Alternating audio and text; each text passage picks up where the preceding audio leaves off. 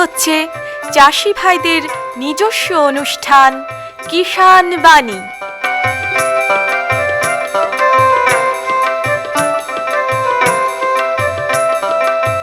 কৃষি, মাছ চাষ, প্রাণী সম্পদ উন্নয়ন, সমবায়, ফল চাষ, কৃষি প্রযুক্তি, পশুপালন, গ্রামোন্নয়ন এ সব কিছু জানতে শুনুন কিষাণ বাণী।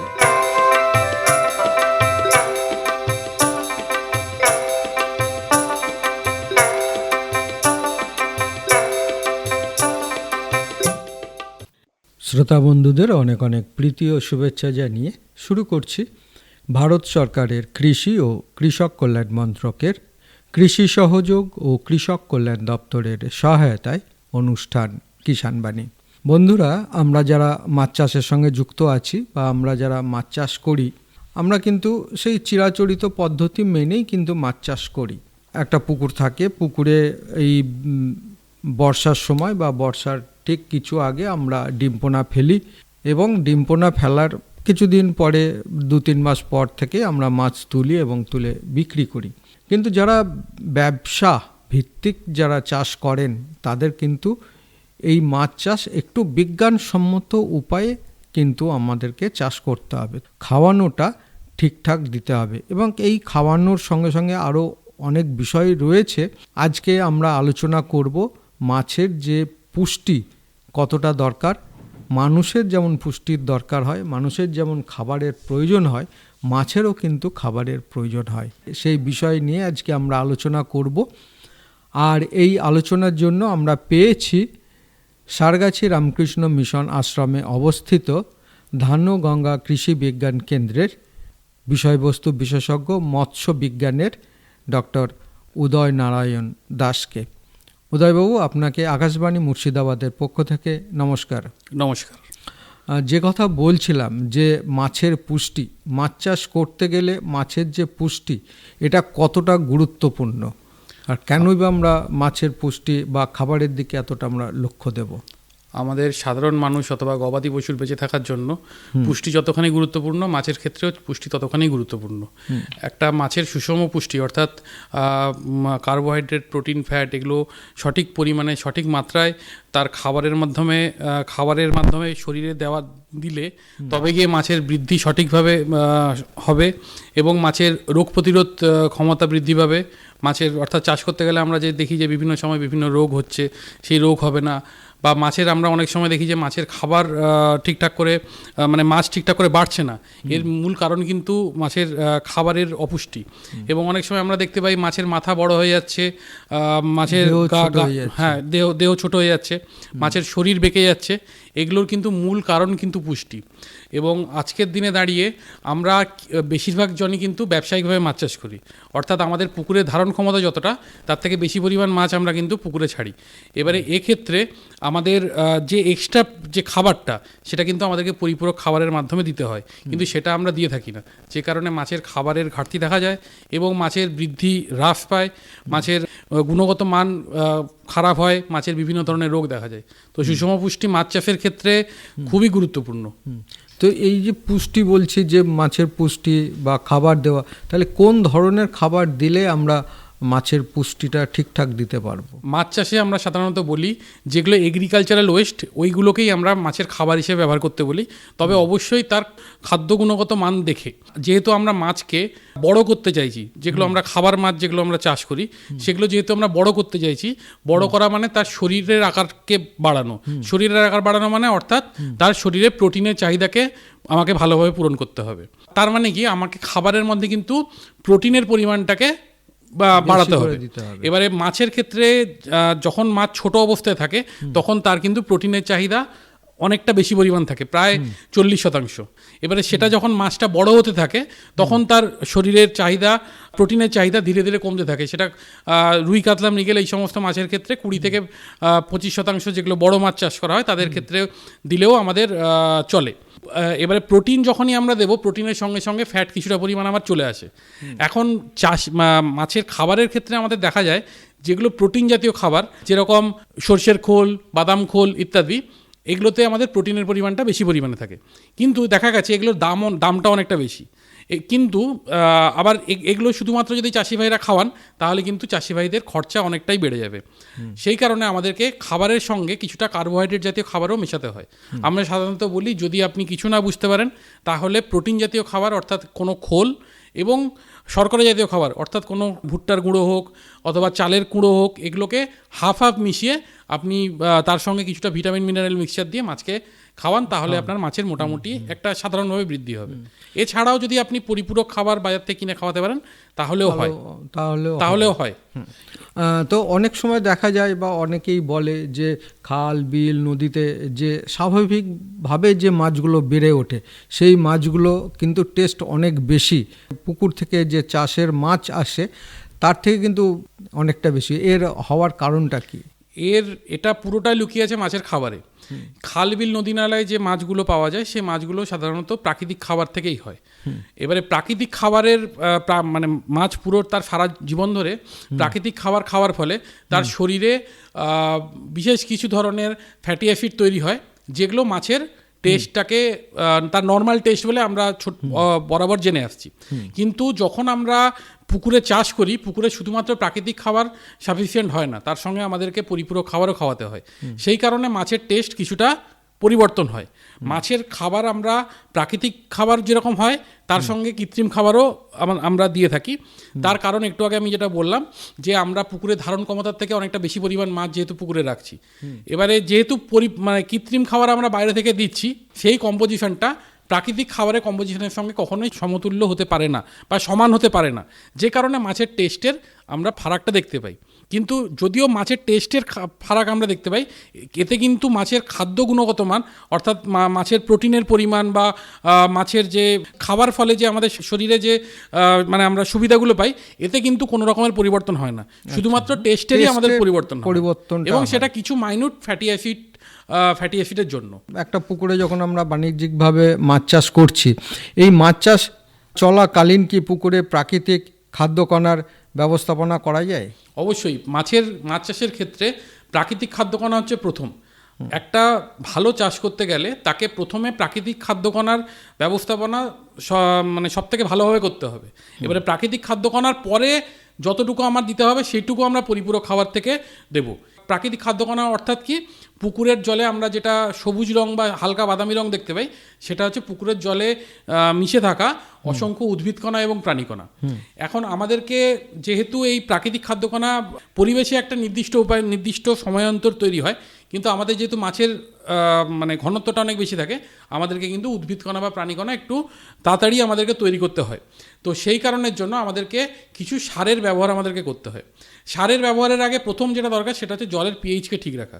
জলের পিএইচ ঠিক রাখার জন্য চাষ চলাকালীন প্রতি মাসে আমাদেরকে বিঘা প্রতি 5 থেকে 6 কেজি হারে কলি চুন পুকুরে প্রয়োগ করতে হবে মাছ চাষ চলাকালীন।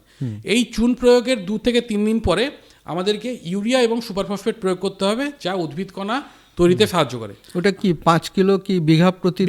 বিঘা প্রতি। আচ্ছা। এরপরে আমাদেরকে উদ্ভিদকণা তৈরি করার জন্য ইউরিয়া এবং সুপারফসফেট, নাইট্রোজেন জাতীয় সার এবং ফসফরাস জাতীয় সার আমাদেরকে ব্যবহার করতে হবে। এক্ষেত্রে আমাদেরকে চাষি ভাইদের জন্য একটা গুরুত্বপূর্ণ কথা বলি, আমরা কিন্তু সারের অনিয়ন্ত্রিত ব্যবহার করি। অনেকে ভাবি যে আমরা এক বিঘা পুকুরে 1 বস্তা 2 বস্তা ইউরিয়া 3-4 বস্তা সুপারফসফেট আমরা ঢেলে দিলাম, কিন্তু আমাদেরকে ওরকম করলে হবে না। আমাদের সার লাগবে, ইউরিয়া লাগবে 1 বিঘা প্রতি মাত্র 3 কেজি এবং সুপারফসফেট লাগবে বিঘা প্রতি মাত্র 6 কেজি। এখন দেওয়ার নিয়ম কি, সুপারফসফেটকে অন্তত 2 দিন আমাদেরকে জলে ভিজিয়ে রাখতে হবে। আচ্ছা। জলে ভিজিয়ে রাখার পরে যেদিনকে আমি দেব সেই দিনটা যেন আমাদের রৌদ্রোজ্জ্বল দিন হয় এবং আমি দেব যেন যখন আমার রোদ ভালোভাবে উঠে যাবে, অর্থাৎ সকাল 10টার পরে। যখন আমি দেব সেই সুপারফসফেট ভেজানো জলে আমি ইউরিয়া মিশিয়ে দেবো, ইউরিয়া মিশিয়ে ওটাকে আমি পুকুরে ছিটিয়ে দেবো এবং এটা আমি করব চুন দেওয়ার 2 থেকে 3 দিনের মাথায়। তাহলে জলের পিএইচটা আমার ঠিক থাকবে এবং আমার জলের যে উদ্ভিদকণা এবং উদ্ভিদকণা এই সারটাকে মানে অর্থাৎ তার যে খাবার ইনঅর্গানিক খাবারটাকে তারা প্রপারলি ইউটিলাইজ করতে পারবে। এই রকম করে যদি আপনি দেন, দেখবেন মোটামুটি 5 থেকে 6 দিনের মাথায় আপনার পুকুরটা ভালোভাবে সবুজ হয়ে গেছে। সবুজ হয়ে যাওয়ার পরে তারপরে আপনাকে জৈব সারের ব্যবস্থাপনা করতে হবে। জৈব সার হিসেবে অনেক জৈব সারই আছে, যেরকম কম্পোস্ট সার, গোবর সার, ভার্মি কম্পোস্ট, অনেক কিছুই পাওয়া যায়। তার মধ্যে সবথেকে সস্তা হচ্ছে গিয়ে গোবর সার ব্যবহার করা।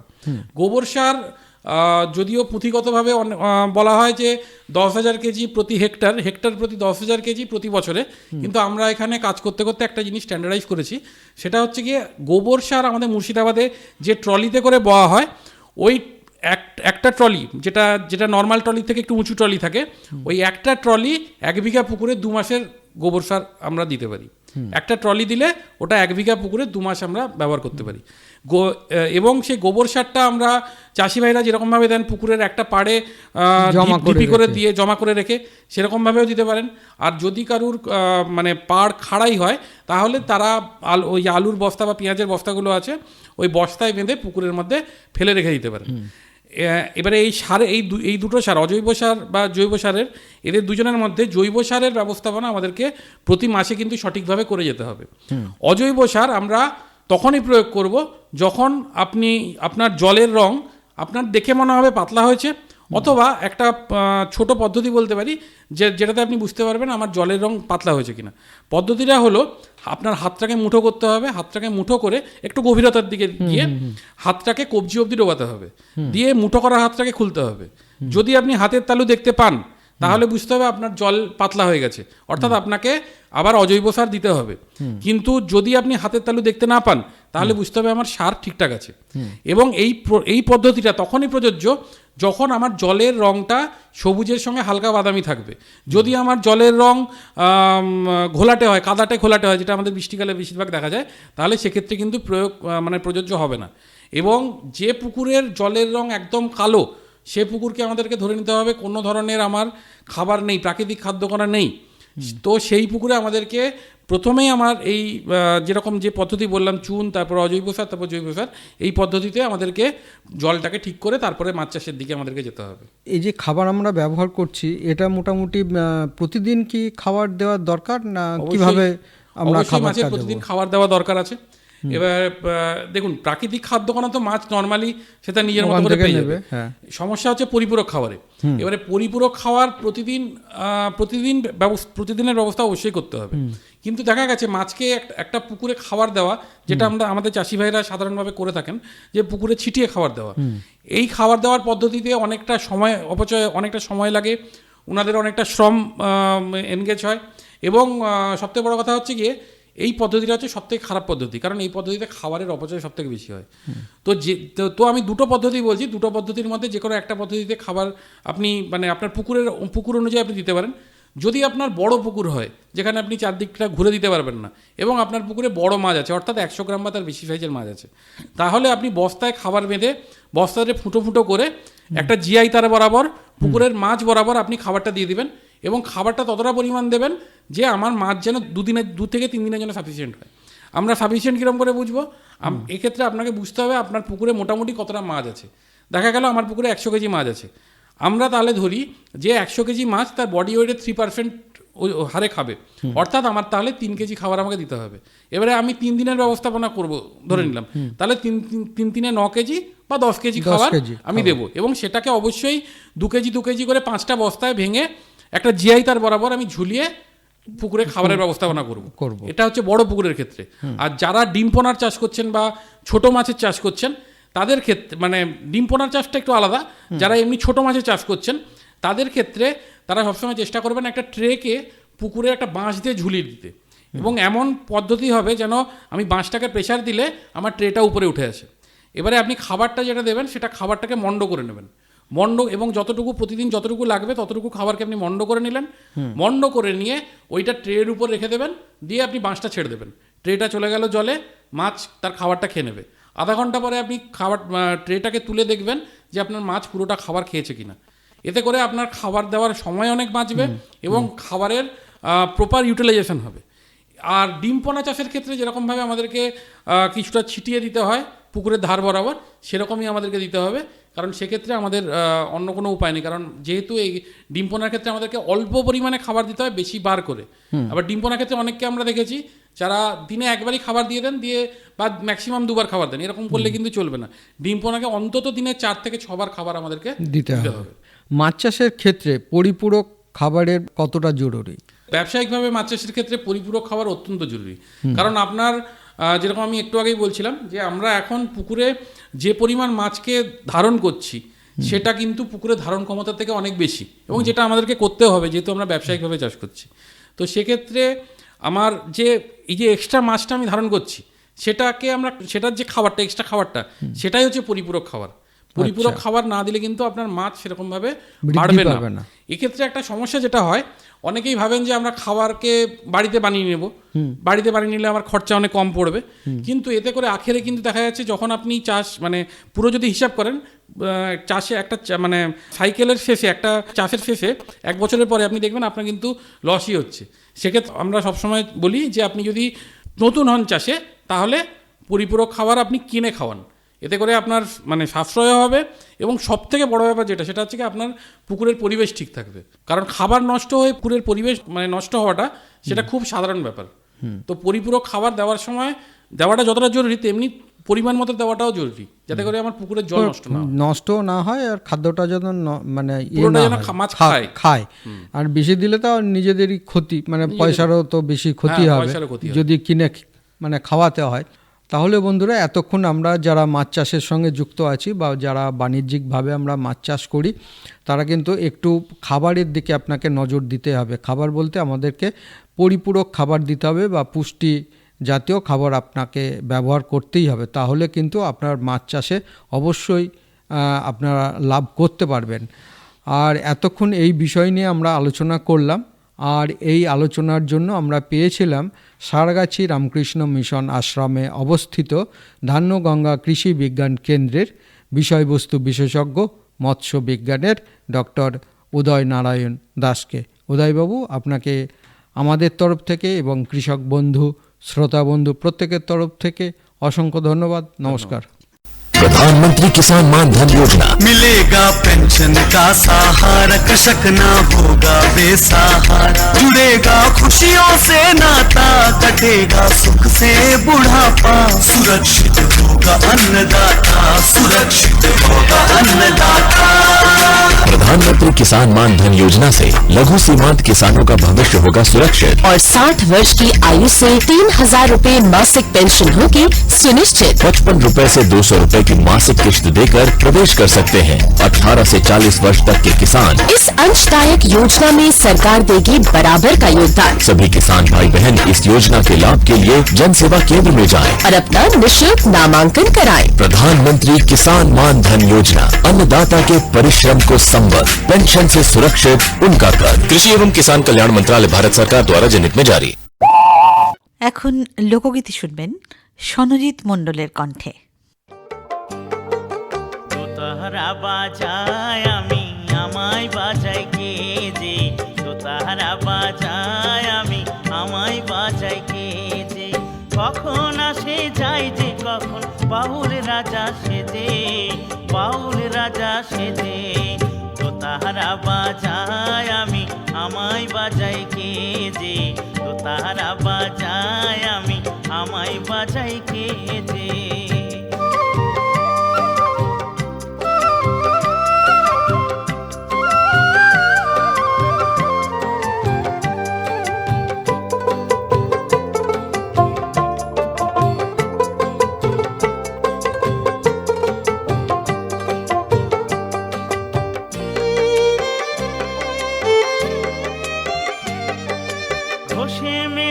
ভালো রাখি এই দোতারায় আমি, হাজার তারে বাধায় আমি ঘষার কষ্ট জানি, ঘষে মেজে ভালো রাখি এই দোতারায় আমি, হাজার তারে বাধায় আমি ঘষার কষ্ট জানি, মাজার কষ্ট এই দোতারা বেসুর যাই বেজে, হাজার তারে বাধায় আমি বাজাই কষে কেজে, আমি বাজাই কষে কেজে, তো তাহারা বাজায় আমি আমায় বাজাই কেজে, তো তাহারা বাজায় আমি আমায় বাজাই কেজে।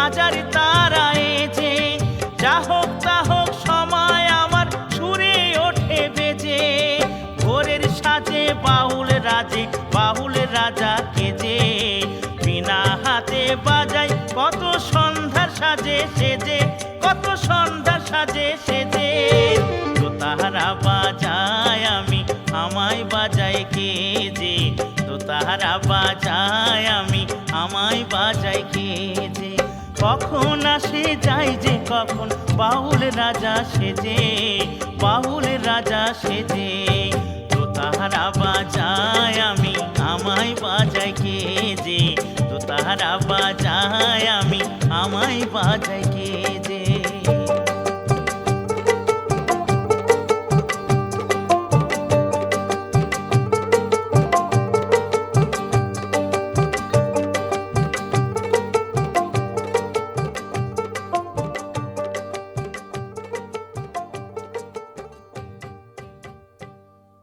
এতক্ষণ লোকগীতি শুনলেন, শিল্পী ছিলেন সনজিৎ মণ্ডল।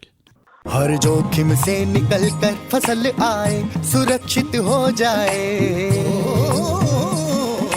फसल बीमा से हर किसान अब आत्मनिर्भर हो जाए।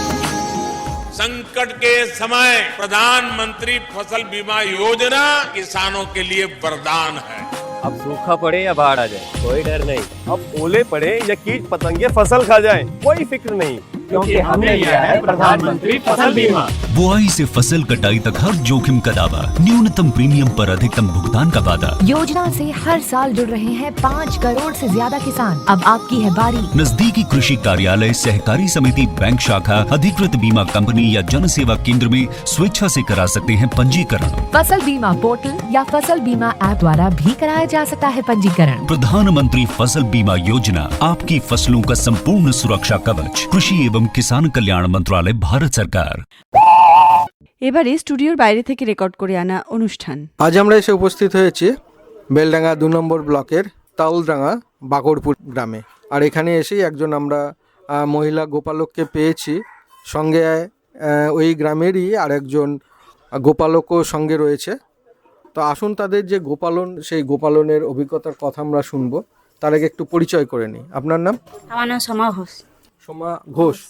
আপনার? আমার নাম সুব্রত দত্ত। সুব্রত দত্ত। তো আপনাদের সংসার কিসের ওপর নির্ভর আপনাদের?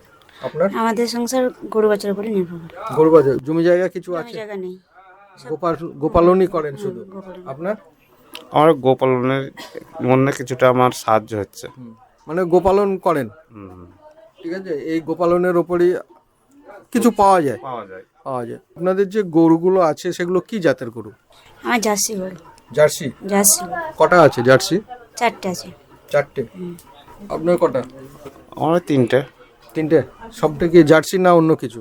জার্সি আর ওই দেশি, মানে ক্রস ব্রিড, আচ্ছা, মিশ্র হয়ে গেছে। এখন আপনাদের কটাতে দুধ দিচ্ছে? এখন একটাতে দুধ দিচ্ছি। ক কিলো দুধ দেয়? দুবেলায় আমরা 7 কিলো দিচ্ছি। দুবেলায় 7 কিলো? এখন অল্প হয়ে গেছে। তার মানে অনেক দিনের নাকি? অনেক দিনের, হ্যাঁ। কতদিন? মানে একটা করে বাচ্চা হবে 7 মাস।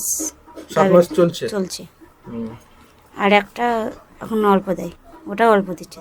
দুবারে তো 6 কেজি দেয়। দুবারে 6 কেজি দেয় আর দুবারে একটা 7 কেজি দেয়। ও, তার মানে কটাতে দুধ দিচ্ছে? দুটোতে? দুটোতে দিচ্ছে। ও, দুটোতে কত হচ্ছে প্রতিদিন দুধ? কত হয় প্রতিদিন? আমরা দুটোতে 7 কেজি দিচ্ছে, আর একটা 6 কেজি দিচ্ছে। একটা 7 কেজি দিচ্ছে, একটা 6 কেজি দিচ্ছে। দুটো মানে দুবেলায় দেয়? 7 আর 6 13 কিলো। 13 কিলো দুধ কি মানে দুবেলায় হয় না এক বেলায়? প্রতিদিন দুবেলায় মিলে 13 কিলো দুধ। এই দুধটা কি করেন? আমরা সমিতিতে দিই। সমিতি? ভাগীরথী? ভাগীরথী। ভাগীরথী সমিতি না আমুলের? ভাগীরথী। আপনার কটাতে দুধ দিচ্ছে? আমাদের ওই একটাতে দেয়। ক কিলো দুধ দেয়? ওই 4 কিলো মতন। একবারে 4 কিলো? খাওয়া হয় একটু, কিছুটা ঘোষ দিকে দিই। মানে টোটাল কতটা দুধ দেয়? ওই 6 কিলো মতন। 6 কিলো দেন। তার মানে সে তো খেতেই হবে, না খেলে কি করে চলবে? আমি গরু পুষবো, আমি দুধ খাবো না, তাহলে কি করে হবে? নিজের শরীরটা কত চাটা করতে হয়, ধরুন লোকজন এলে তাদেরকে দিতে হয়। না সে তো বটেই, আপনি তো রাখবেন। দেই। হ্যাঁ, তো 6 কিলো দুধ দেয়। একটাতে দিচ্ছে নাকি এখন? একটাতে দেয়। আর দুটো আরগুলো কি গাভীর নাকি? ওগুলো এখন মানে দেয়নি, এখন একটু অসুবিধার জন্য আমার ওই দেখাচ্ছে। তো এই গরুগুলো খাওয়ান কি আপনার? আমি খোল ভাত খড় আপনার গ্যামা এগুলো দিই, ভুট্টা সবুজ ঘাস সবুজ ঘাস খাওয়ান? সব রকম দিই। ওগুলো কি জমিতে চাষ করেন না কিনে নিয়ে এসে খাওয়ান? কিনে নিয়ে এসে খাওয়াই। তো কিনে নিয়ে এসে খাওয়ালে তো আবার খরচ বেশি। খরচ বেশি, হ্যাঁ। হ্যাঁ, আপনারা কি করেন? আর বাজার আছে ধরুন সামনে, কিনে খাওয়াই। আচ্ছা, কিনেই খাওয়াতে হয়? কিনে খাওয়ালে তো জমি জমা নাই, আর সব বিক্রি হয়ে গেছে ধরুন, সেই জন্য অসুবিধা। এমনিও আপনার জমি জায়গা আছে এমনি? না, আমার জমি জায়গা নেই, আমার সব কিছু কিনে নিতে হয়। তো এই গরুর যে গোবরগুলো হয় এগুলো কি মানে আলাদা করে মানে স্টোর করে রাখেন, জৈব সার করেন, বিক্রি করেন ওইগুলো? হ্যাঁ, আপনার কি করেন? আমি হয়তো বিক্রি করে দিই। ওটা বিক্রি করলেও সেখান থেকে কিছু পাওয়া যায়। এখন তো জৈব সার তো সব জায়গায় পাওয়া যায় না, অনেকেই ইচ্ছা থাকে। ধরুন গৃহপালিত পশু, গরুতে আপনার পুষ্টিকর, মানে মানুষের বিশাল উপকার করে। আমল দুধ থেকে আরম্ভ করে, ঘি থেকে আরম্ভ করে, গরু যার মানে বলা যাবে না গরুতে যা দেয় আপনার, ঠিক আছে। মানে আর যাই হোক, সংসারের জন্য কিছুটা হেল্প করে, মানে একটা যেটাই হোক একটা পশু যা দিচ্ছে, মানে মানুষের আর্থিক অবস্থার দিক দিয়ে একটা মানে খাবার যোগাচ্ছে, যেটা আমরা ইনকাম করেও পারি না, তাও বাড়িতে পুষে যাই হোক কষ্ট মষ্ট করে যেটুকুই পাই, তার মানে তুলনা নাই। তো অসুখ বিসুখ তো হয়ই, লেগেই তো থাকে। লেগেই থাকে, তার জন্য ডাক্তার দেখাতে হয়। ডাক্তার আসে, দেখে। ভ্যাকসিন ট্যাকসিন দেয়া থাকে? হ্যাঁ, দেয়, ভ্যাকসিন দেয়। কি ধরনের গরুর রোগ হয় দেখেছেন? গরু জ্বর জ্বালা ঠান্ডা, এমনি বাতের মানে এক ধরনের রোগ আছে, হঠাৎ ওগুলো ধরা পড়ে না, তো কোনো সময় বাড়াবাড়ি হয়ে যায় আপনার, তখন ডাক্তার দেখতে হয়, দেখায়। আপনার? আমার মাঝে মাঝে ওই মানে একটু ঠান্ডা জাতীয় লাগে, আবার একটু কাত হয়ে মানে খাবার খেতে চায় না, তখন আমাদের কাছে ধরুন গরুর ডাক্তার অফিসার আছে, একটু দেখে যায়, একটু ইঞ্জেকশন করে দেয়, তখন আবার খেতে লাগে।